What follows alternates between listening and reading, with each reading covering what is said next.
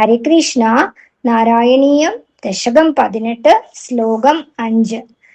വിഖ്യാത പൃഥുരിതി താപസോപദിഷ്ടേ സൂതാദ്യേ പരിണുത ഭാവി ഭൂരി വീര്യ വേനാർത്യാ കബളിത സമ്പദം ധരിത്രീ ആക്രാന്താം നിജധനുഷാ സമാമകാർഷി. പൃഥു മഹാരാജാവ് എന്ന് പേര് കേട്ട അങ്ങ് താപസന്മാരാൽ ഉപദേശിക്കപ്പെട്ട സ്തുതിപാഠകരാൽ മറ്റും നന്നായി സ്തുതിക്കപ്പെട്ട് ഭാവി പരാക്രമത്തോടു കൂടിയവനായി വാണു. വേനനിൽ നിന്നുണ്ടായ ഉപദ്രവം നിമിത്തം സമ്പത്തുകളെല്ലാം ഉള്ളിലേക്ക് വലിച്ചിട്ടുള്ള ഭൂമിയെ തൻ്റെ വില്ലുകൊണ്ട് ആക്രമിച്ച് സമനിരപ്പാക്കി തീർത്തു.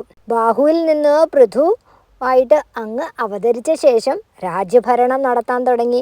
എത്ര തന്നെ പ്രയത്നിച്ചിട്ടും രാജ്യത്ത് വളരെയധികം വരൾച്ച നേരിടുകയാണെന്നും ഫലഭൂയിഷ്ടമില്ലാത്ത ഭൂമി ഒട്ടും വിളവ് കൊടുക്കുന്നില്ല, ജനങ്ങളെല്ലാം കഷ്ടപ്പെടുകയാണെന്ന് കണ്ടിട്ട് രാജാവിന് ദേഷ്യായി. പൃഥു വില്ലുകുലച്ച് ഭൂമിയെ ആക്രമിക്കാൻ ചെന്നപ്പോൾ ഭൂമി ഒരു പശുവിൻ്റെ രൂപത്തിൽ ഓടിപ്പോയെന്നും പിന്നീട് പശു പൃഥുവിനോട് സംസാരിച്ചു, എന്നെ സംരക്ഷിക്കേണ്ട അങ്ങ് എന്നെ ആക്രമിച്ചാൽ ഞാൻ എന്തു ചെയ്യുമെന്ന്.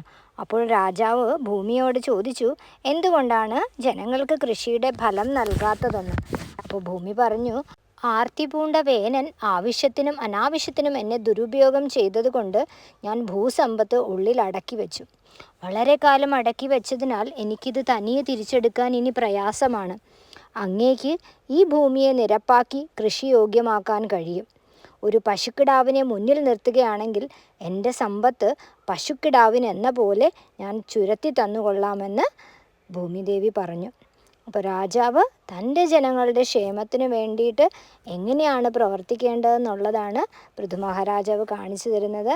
തതിരിപ്പാട് ഇത്രയും വിശദീകരിച്ച് പറഞ്ഞിട്ടില്ലെങ്കിലും ഇത്രയും പറഞ്ഞത് അടുത്ത ശ്ലോകം നമ്മൾ പറയുമ്പോൾ ഈ ഭാഗവത്തിൽ ഇത്ര വിശദമായി പറഞ്ഞത് അറിഞ്ഞില്ലെങ്കിൽ നമ്മൾക്കത് മനസ്സിലാവില്ല. അതുകൊണ്ടാണ്.